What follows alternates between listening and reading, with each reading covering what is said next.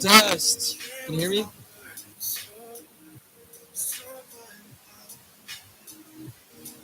Check 1, 2.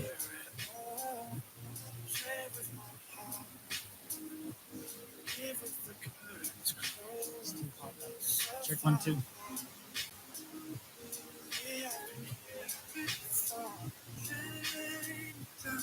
Test 1, 2.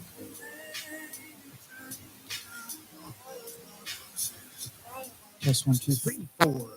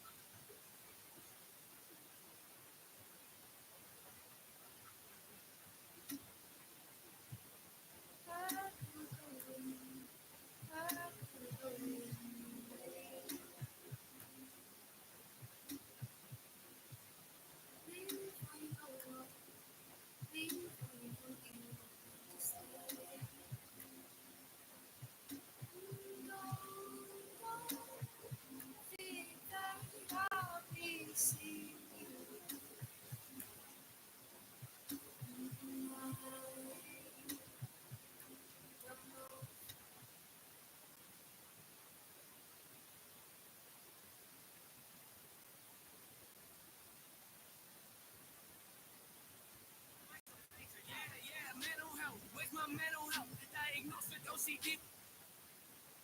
that mean we'll gather around? That means I obsessively obsess on things I think about. That means I might take a normal thought and think it's so profound. Ruminating.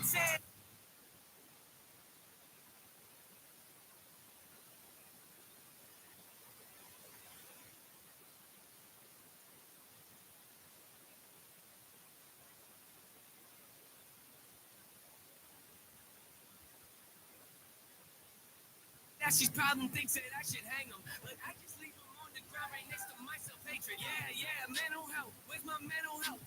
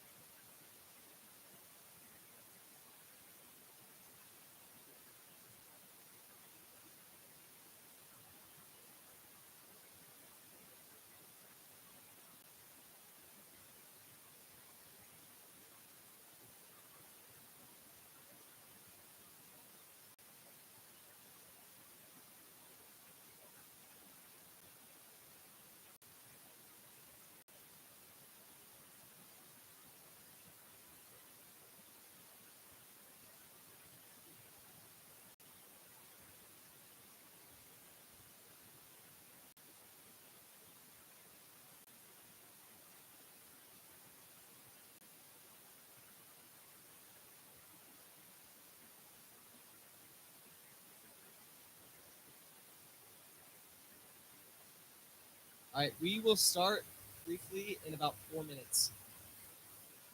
See you in a little bit.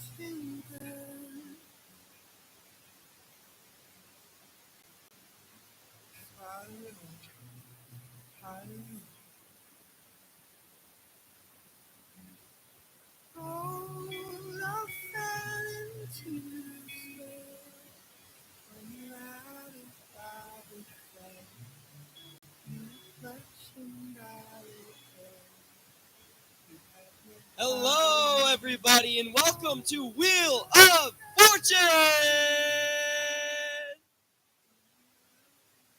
Oh, wait, that's the wrong show. I'm sorry. This is Professional Presentations, Day 3 of TED Talks. My bad. I am your host, Harrison Kelly, and we're going to get started with their video. Take it away.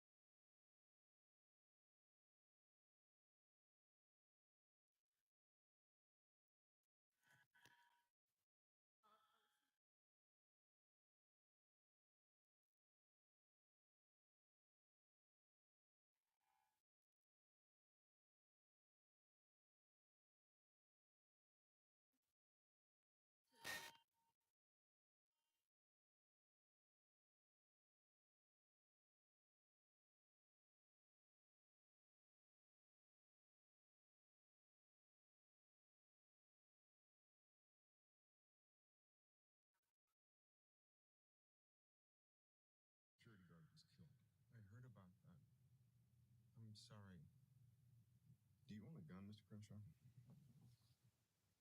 Yes, I do. My father was a hunter. He bought me a Remington rifle when I was a kid. Just the Remington. That's right. Are you a good shot? I'm an exceptional shot. Ms. Teeger has decided to drop out of the race. How do you feel about that? Well, it doesn't matter. She couldn't win.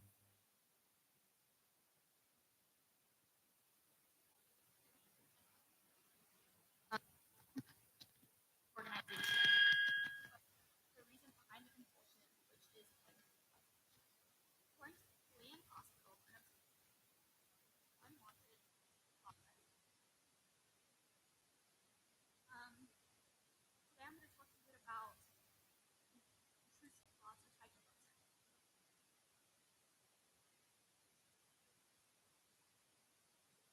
I want you to think of a time you had a sticky thought.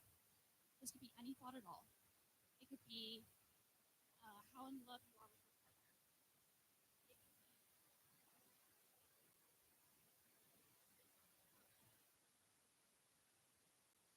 It could be how in love you are with your partner. It could be whether you left the stove on before you left the stove. Anything at all. Did this thought make it really hard for you to concentrate on things like tests and work? Was it so ingrained in your head that you couldn't think about anything but this and focus on anything but this thought? Did it make you angry, upset, anxious, or irritated because you couldn't get rid of this thought? This is an example of how intrusive thoughts are repetitive and make life quite difficult for people who are So I'm not going to share my own personal intrusive thoughts, but some common ones that people with OCD experience. First, from the Mayo Clinic, we have the fear of contamination or dirt.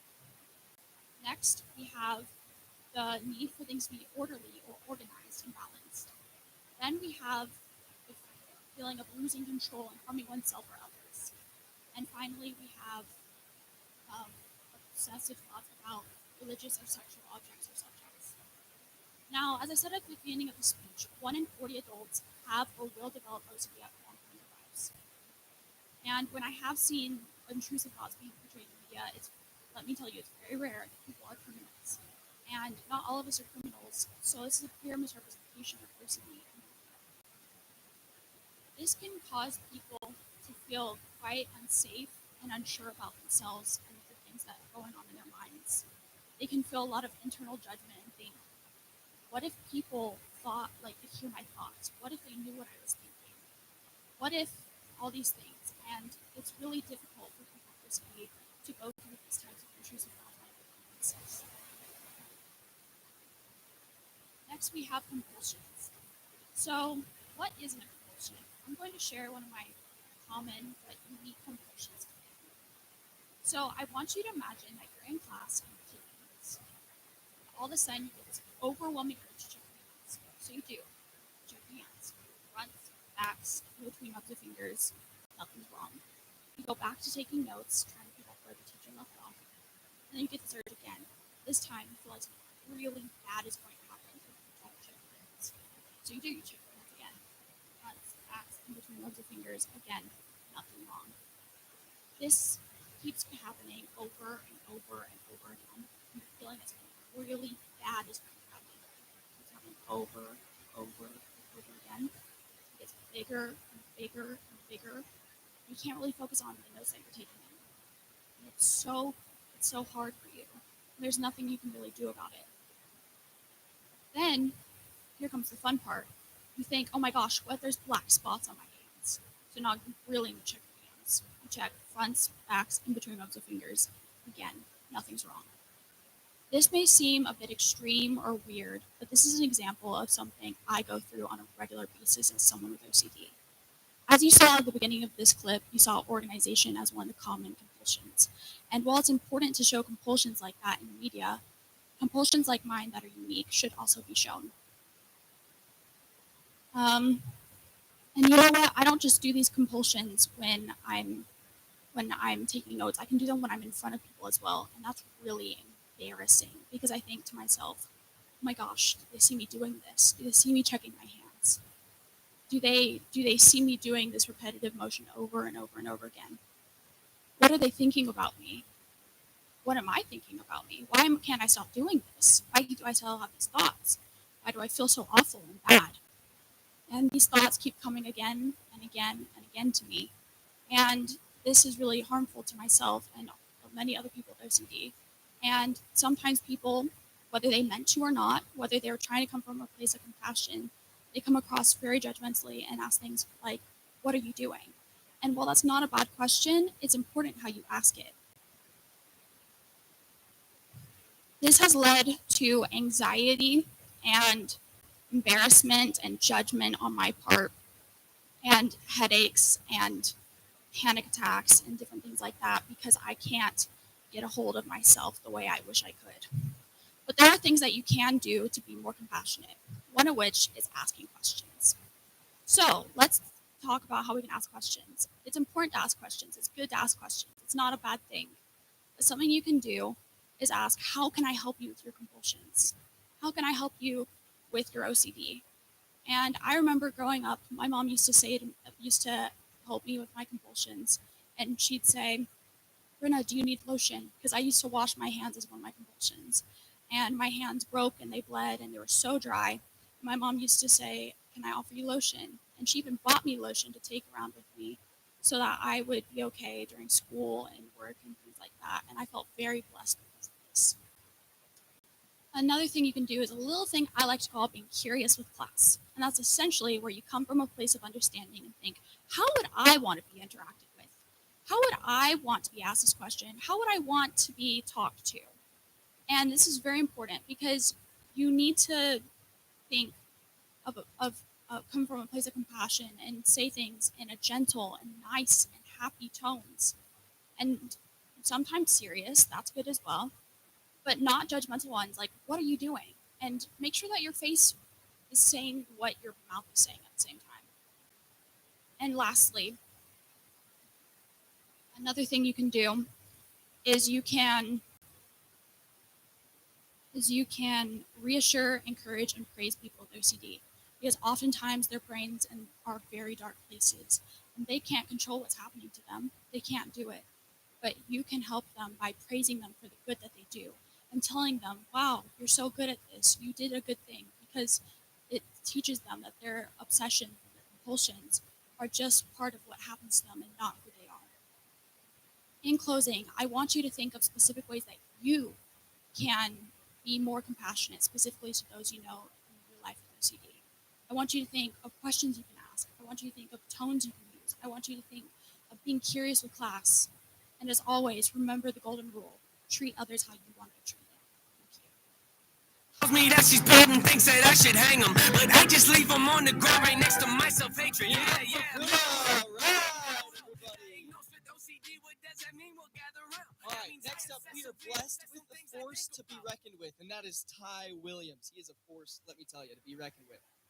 He is 5'11", 6 foot with shoes on, is what he tells me, whatever that means. And in his spare time, he likes to practice being serious. I'm telling you, he's a force to be reckoned with.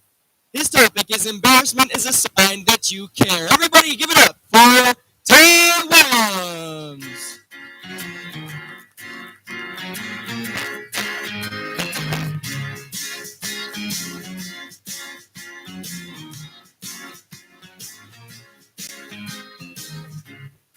I'm not surprised.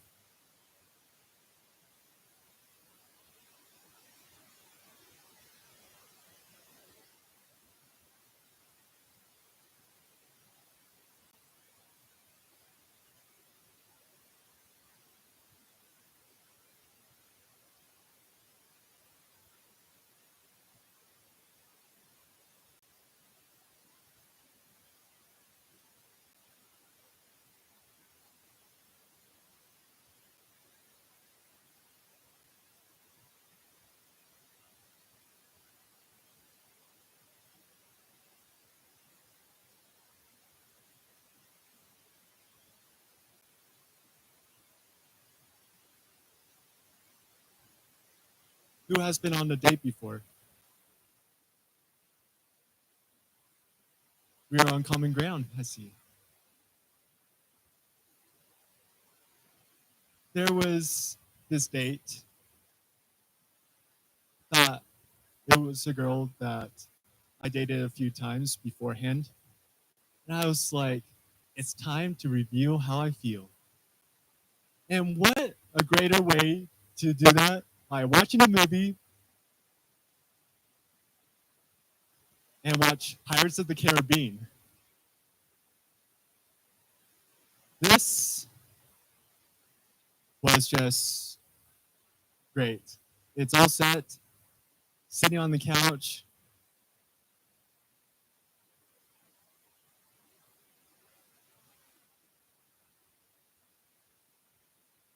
And my hand is right here, her hand's right next to it. I slid my hand on top of hers. And she did nothing. And it just felt like a while. Then that's when I decided to finally retreat back. And she told me afterwards that that's not how she felt. And it helps me recognize that that was a bad experience. Has any of y'all watched movies together as a family? There's this movie that my family got really into. It was called I Love Lucy. In this film, you have Lucy and Ethel, who were going to surprise Lucy's husband. And he was doing a practice for music. He's a singer. And you'll see that Ethel and Lucy were dressed as homeless people in front of him, in front of the workplace. His expression was like,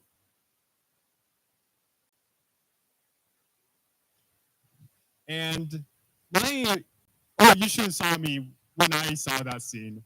I just jumped and just hid behind the couch. Is it done?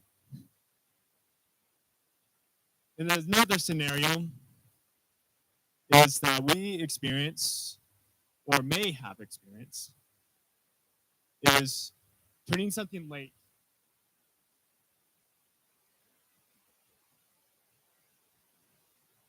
During that experience, I was working hard on our project.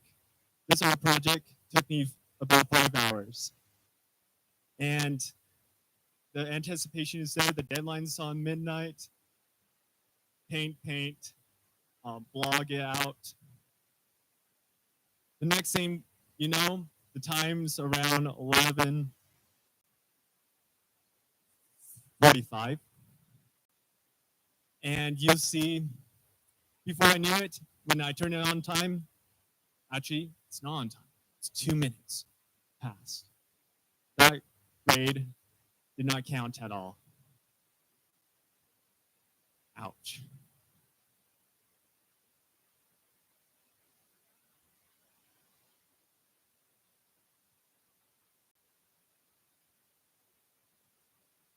So, one in 4 Americans say that they feel more awkward than the average amount of people. While 41% say they're less awkward than the average amount of people, and 24% say they are the average amount of awkwardness. Now, as you look in the chart over here, you'll see that their age helps people recognize where they're at in terms of awkwardness. Embarrassment is not calculated, but people say that they're awkward does get calculated. So, what's we're supposed to do with all this awkwardness and discomfort that comes from embarrassment? One is to take a deep breath. 2 you're going to remain calm. 3, you're going to need to learn about the experience. And 5, have self-compassion. One of my favorite movies that shows the example of taking a deep breath in his anticipation was Coco. He is up on the stage for the first time and he gets this advice that changed his life. To take a deep breath or to share and breathe out his feelings into the crowd.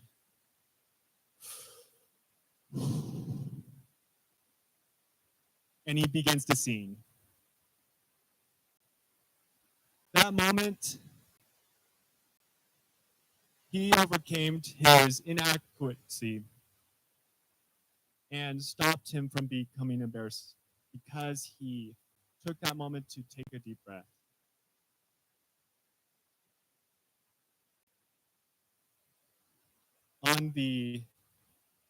There's an important time where my sister Claire, she was going to get baptized, and I was given a talk to give on her behalf. I was really excited. I planned out the talk really well, back and forth. The next thing is the talk, time to give the talk finally happened.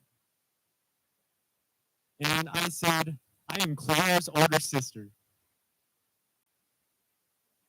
And then I corrected it.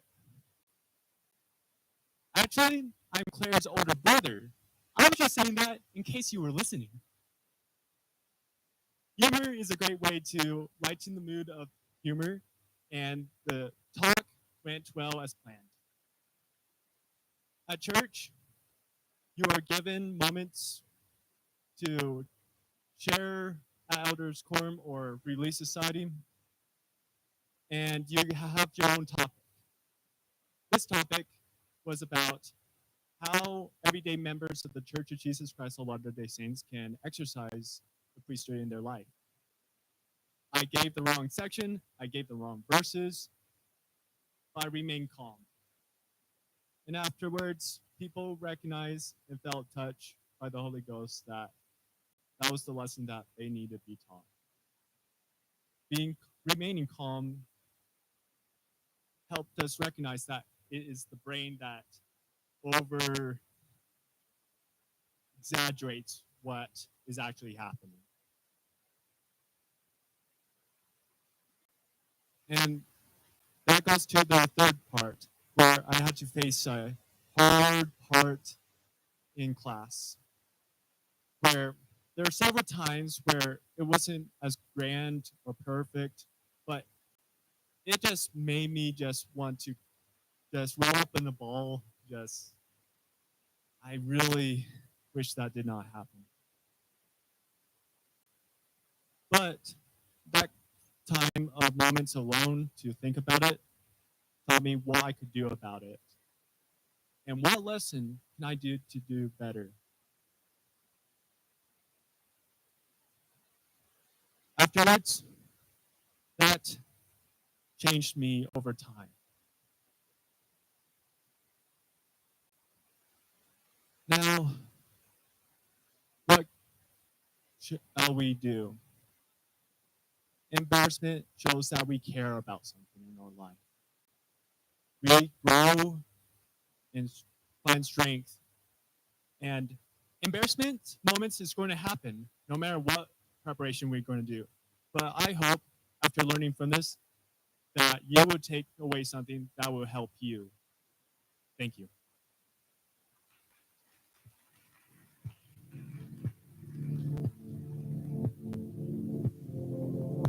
Hey, give it up for Ty Williams, everybody. Wasn't that amazing? Now I think next time I go on a date and I feel embarrassed or it's awkward, I know I'm not alone. That's awesome. All right, well, you guys are up for a treat. The next guy coming up, Luke Hansen. He's someone who looks familiar to literally everybody. He's 6'3", and something you might not know about him is he can recite the Pledge of Allegiance perfectly in English and Spanish. I mean, talk about treading the waters between the Gulf of America and the Gulf of Mexico. Anyway, he's going to be teaching us about media intentionality. So, to solve the immigration crisis, please welcome Luke Hansen!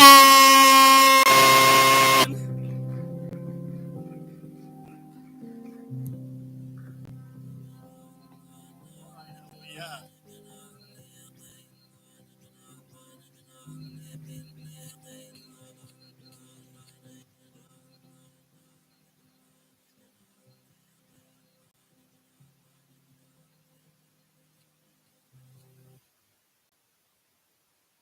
You want to know something? It feels great to be in the 21st century.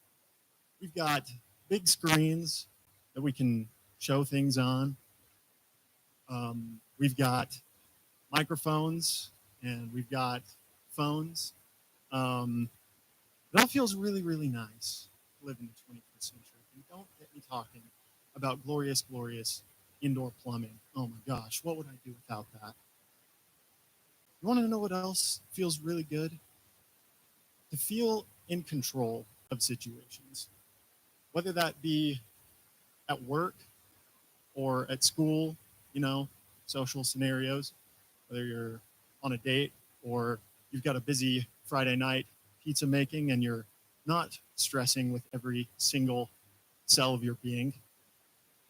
It just feels really good to be in control of scenarios. You want to know what else? Third thing feels really good to be in control of. TED Talks. I was in charge of taking pictures for a TED Talk, and this is Nathan. I think he does a really good job of demonstrating control during his TED Talks. And you might be thinking, what was going on with Emily over there? What was the lighting thing?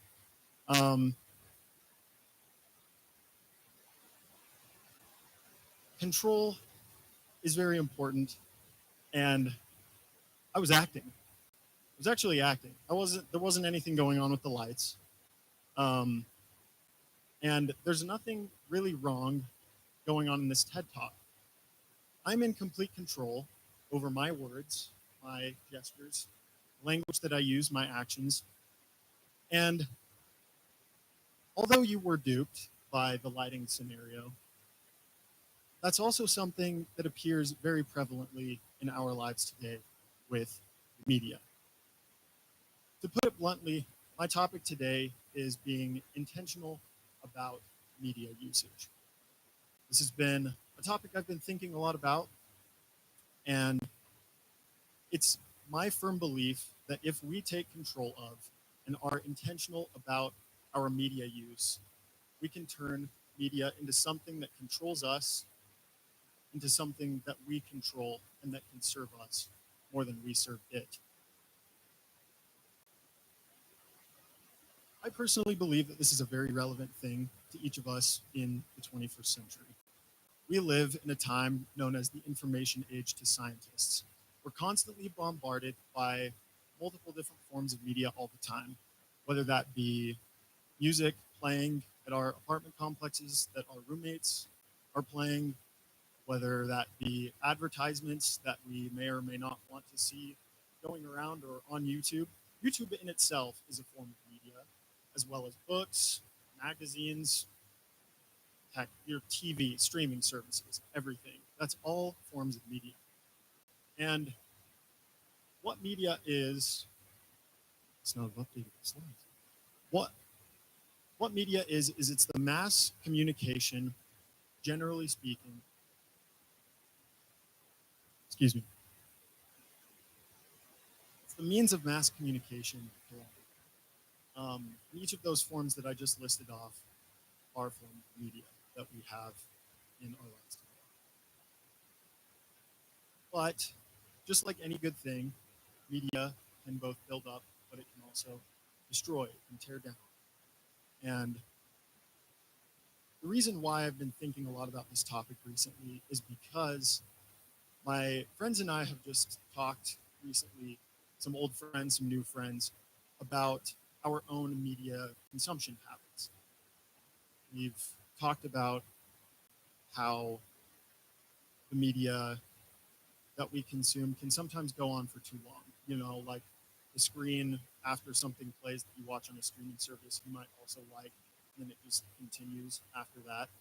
That is a device that was very intentionally put in that streaming service to get you to spend more time on it. And so, what I would like to do is illustrate a couple examples from my life of how something has that's supposed to be serving me has become something that I serve, but how I've reversed that. So, first example that I have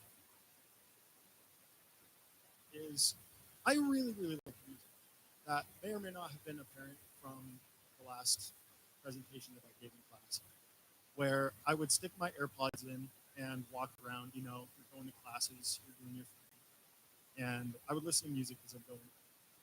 But I couldn't help but feel that there was some kind of persistent deep feeling within me that something was off, that I wasn't quite on my A game, almost like I was lazily drifting through the day and I wasn't even really able to process my own emotions.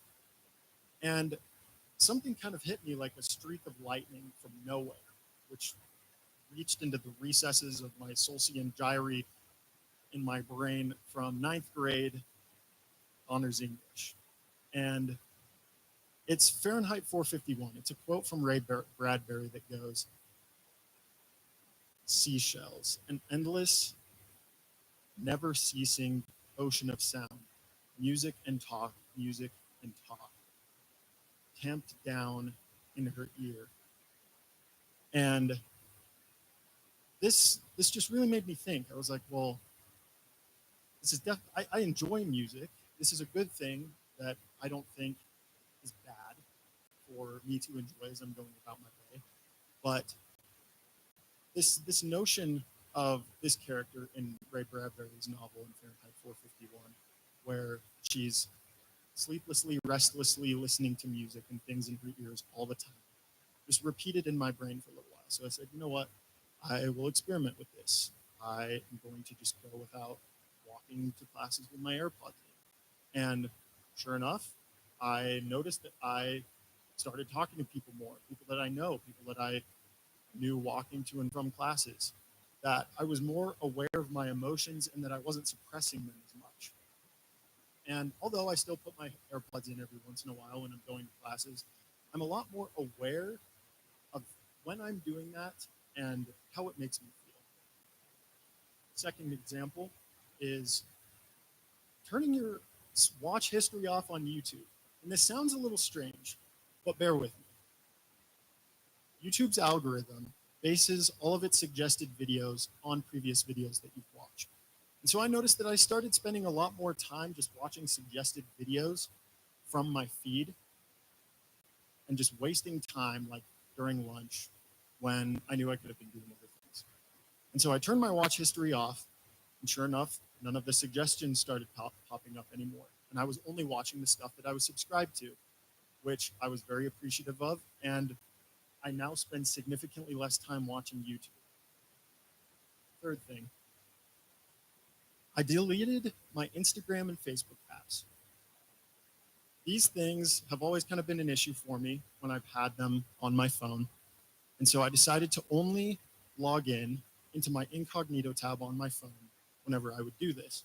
Reason for that being is whenever you log into your incognito tabs on your phone or computer, it deletes all of the saved cookies and preferences that you have for any sites. So it forces you to log back in and be very intentional with what you're doing with your time. And I spend significantly less time on Instagram and Facebook because it forces me to log in. It forces me to be intentional about my media usage. Now, these are just a few examples of what I have done in my life and what you could potentially do in your life, thinking about how I could reclaim my intentionality and my headspace with deciding to block out certain media. Now, what I would like to invite you all to do right now, and I mean right now, everybody get on your phones, get out your Notes app, whatever that is, Google Notes, your Apple Notes, I can't remember what Android has. I used that at one point, but get out your Notes app and write something down that you've noticed in your life you could do a little bit better at, whether that be listening to music on the go, if you've been binging too much of a certain TV series, find a way that you would be able to cut down your media time. I'm just going to give you guys a second to do that. But like I said before, it is my firm belief that when we decide to reclaim our time, our headspace, and our media intentionality, we can grow. We have the opportunity to be more creative. We have the opportunity to be more intentional with our media use. We can learn, just like media is supposed to help us do. After all, you are in control.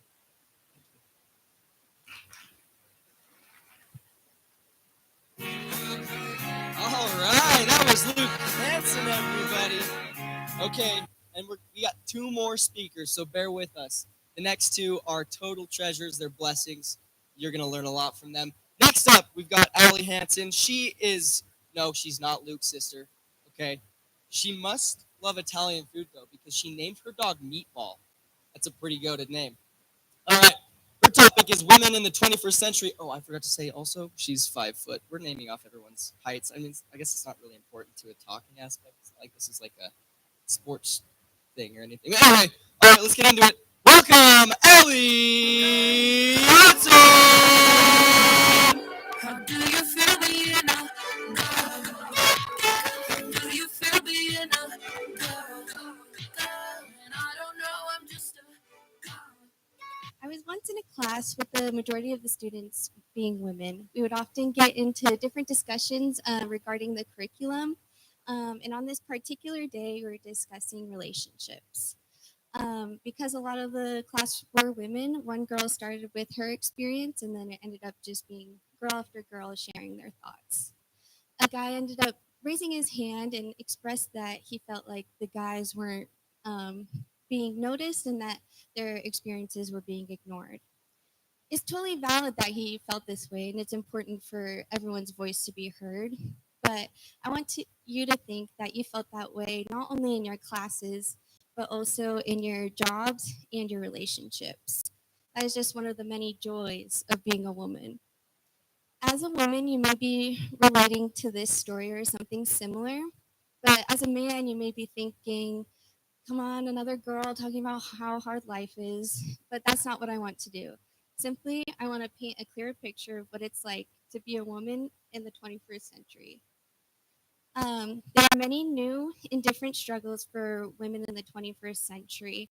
And in our very contentious climate that we live in, it's important for everyone to have a clear picture of the people around them. There are many different factors that contribute to the mistreatment of the women in the 21st century. Media is a huge factor in all of our lives, and it contributes to the way women are perceived and treated. That then translates to our everyday life, which is already built on a societal system based on misogynistic ideas. Not only is that those ideas pushed on by society and men in our lives, but also other women as well. These problems have been a problem for centuries, but they've just changed and adapted to work in our life now. When I say media or women, first thing you probably think of is social media. While that is a very big problem today, movies, TV shows, songs, and books have a huge impact in the way women are told to act, look, and sound like. There's been a test called the Bechdel test that was created and made popular by Alison Bechdel. It is used to determine how many women are in a piece of media and the purpose they provide in that media. First, to pass the Bechdel test, you have to have two named women, and those women have to talk to each other and talk about something other than a man. Eliza N. conducted a data analysis of female representation in movies and whether the amount of movies passing the Bechdel test has increased over time. She used existing data sets with movies that were released from 1920 to 2020. Uh, this is the data that she found. My bad.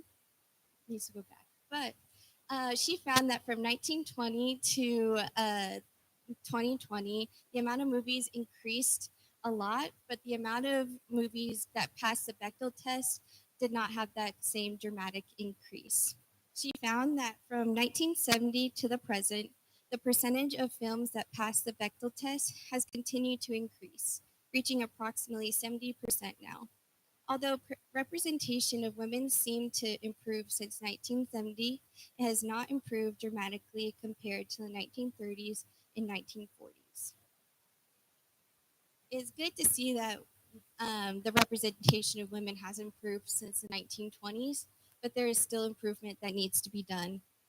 One way we can see this happening as well is within the music that we listen to. In my own life, I've heard people say that they don't like to listen to women sing or listen to women artists. From Spotify's 2019 user data, they found that male identifying users listen to 94.2% male artists, 3.3% female artists, and 2.5% mixed groups, while women listen to 55% male artists and 30.8% female artists and 14.2% mixed groups. Not only with that statistics, but the songs that are on the radio today continue to perpetuate those sexist ideas. The media is a huge part in all of our lives. It's often what consumes most of our day. I think that with the amount of media that we consume, it can seep into our mental processes and our daily routines even more than we realize. When someone consumes enough of this misogynistic media, and when it's supported with the way people act around them, they will begin to treat women that same way.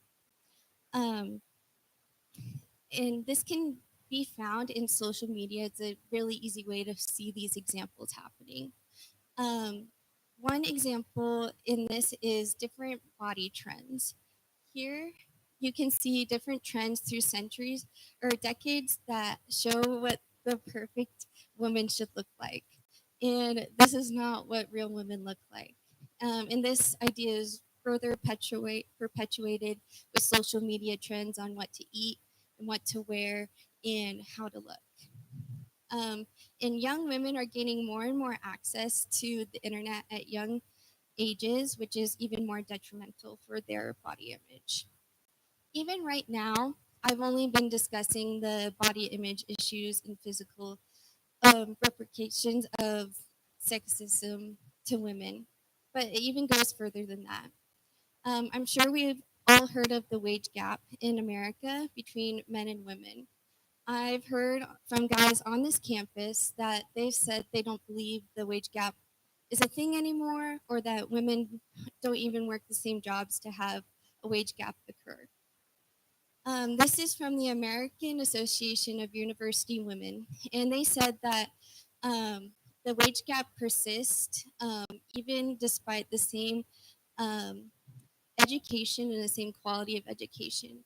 And this shows in and it's not dependent on the field they work, the occupation, or the weeks or hours they worked as well. Despite the, my bad. Despite the many statistical examples I've given today, there may be some of you thinking women have wonderful experiences and opportunities in the 21st century. While that is true, we do have opportunities to have special scholarships and societies, especially within the STEM field. More and more women are getting leadership positions in their line of work, and body positivity is a growing trend on social media. While this is all true, I want to ask you, why do women have to count this as enough? Um, most of the time, when the people treat women in this way, it can lead to women feeling like they are not enough. And it's even more detrimental when other women treat women in this fashion. Um, this is often because the idea of internalized misogyny, and that is the idea of unconsciously we will internalize misogynistic beliefs and stereotypes, and therefore mistreat women in that way, and more often women will mistreat themselves. Most recent example I've seen is with two red carpet looks of Pamela Anderson and Millie Bobby Brown. Pamela Anderson showed up to the red carpet with no makeup, and Millie Bobby Brown showed up with makeup. And they were flooded with waves of hate comments from both men and women, such as the following.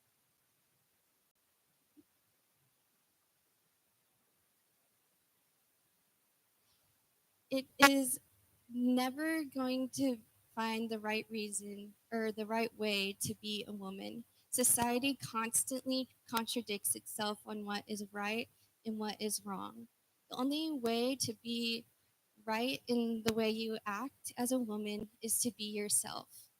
I am aware of the privileges I do have as a woman, a white woman in the 21st century, and I love that I'm able to be a woman during this time. I'm not able to speak on behalf of women's experiences that differ from mine, but such as like women of color or trans women. From the research that I've done today, it shows that they receive even harsher treatment than I've described. It can be really discouraging to hear all of this and seem like there isn't much to do to break down this misogynistic world that we live in. But you've already started to do something today by listening to me, and you've started to break down that internalized misogyny. Another thing that you can do is think about how you treat the women in your lives. Think before you act, and think of how that action or that thought will affect them and what that belief is rooted in. By looking at the media you consume and the way you treat the women in your life, you will see that women want to know that they are enough. You can help by listening to them and validating their opinion. Help women love to be a woman in the 21st century. Thank you. Yeah, give it up for Hansen, everybody. All right. Last but not least, we've got Leo Kim. He's 5'11". Call Righteous Slice, though, and you might want to warn them because he can eat pizza anytime, anyway, anywhere. He also loves performing at open mics, so if you ever go to open mic on campus, you'll probably 90% of the time see him there.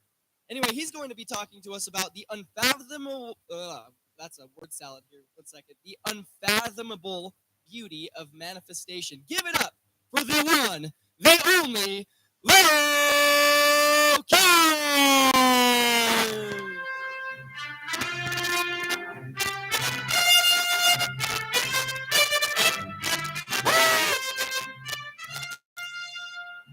Ladies and gentlemen, what a day to be alive. And he's right. I can eat pizza every day.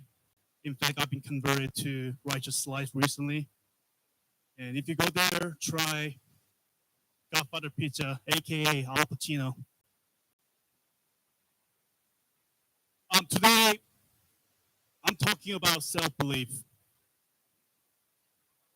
Oh yeah, there we go.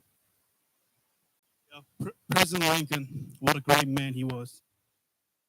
And yeah, I'm the director of some consulting company. I guess you just gotta fake it till you make it. So why self-belief matters? You know, it's like when you have a car, when you own a vehicle, at some point you need to fill in gas, right? Unless you're Elon Musk. So you need to go to some nearby gas station and fill in gas. So for me, self belief is the ability to feel whatever potential you have inside into reality. And also, you gotta challenge yourself. You know, nobody else is gonna do for you. And like Muhammad Ali said, impossible is nothing. And if I may, I would like to add that impossible is an opportunity for new things to come. And you know, in life, we hear a lot of noises. You know, people saying, "Oh, you can't do this. You're this and that," and we are labeling each other, and that's not fun, right? You wanna figure out what you love and what makes you excited and what makes you want to get up each morning and go to work. And I guess I'm doing right now because I love being in this class. And part of the reason why I'm in this class is I have a dream. So you have to design your future. You know, it's like you're being an architect, you know, or you're being like a Shakespeare if you want to consider yourself an author. Creating blueprint for the future is crucial. You know, when you, let's say you want to you want to build a castle or some fancy house down in Beverly Hills, which is a great place. And but you need a blueprint in which you can figure out how to start, um, where to begin, and who to hire.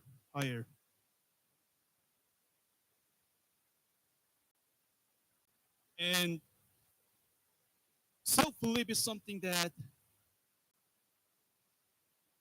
is really massive to me, you know, more than words can describe.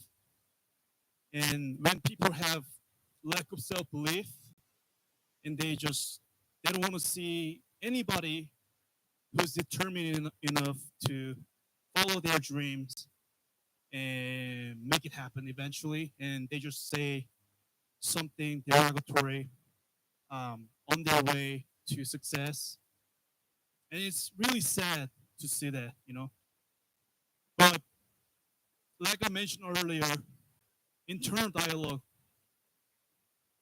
is so much more important than you can ever imagine.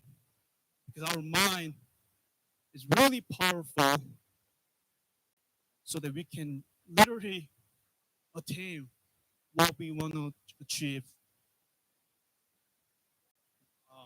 You know, Babe Ruth, he was a phenomenal baseball player. I wish I had a chance to meet the man, but he died, I guess, 100 years ago or something. I have no idea. And one of his quotes that really touches my heart even to this day is, "Never let the fear of striking keep you from playing the game." And to me, it's very inspirational. You know, let's say um, let's say you're a UFC fighter and you step into the octagon and you have, you know, so obviously so many things are going through your head, but you gotta believe in yourself somehow. You know, even if you face Brock Lesnar, like hopefully he won't. Um, it's not gonna be that scary, but if you believe in yourself and somehow you get more confidence, and I'm literally speaking from my experience. Yeah, story time, baby. So I grew up in a place where I could not be myself. You know, I just felt like everybody was my enemy, and believe in me. But everything happens for a reason, and you just gotta believe it. And I wish I had some like equation to elaborate on that quite easily, but I can't. So I'm really sorry about that. But you just gotta figure that out for yourself. This is your life, and it doesn't really matter what others have to say about you. And I've been there. It sucks to have to deal um, with bunch of noises telling you that you can't, you're not valuable, you're not important, and I feel for you, whoever is going through that challenge. But anyway, this is all I've got for this talk. But whatever might have to say, whatever I said, if you forget all of them, that's fine. But most importantly, never ever give up. Thank you very much. Have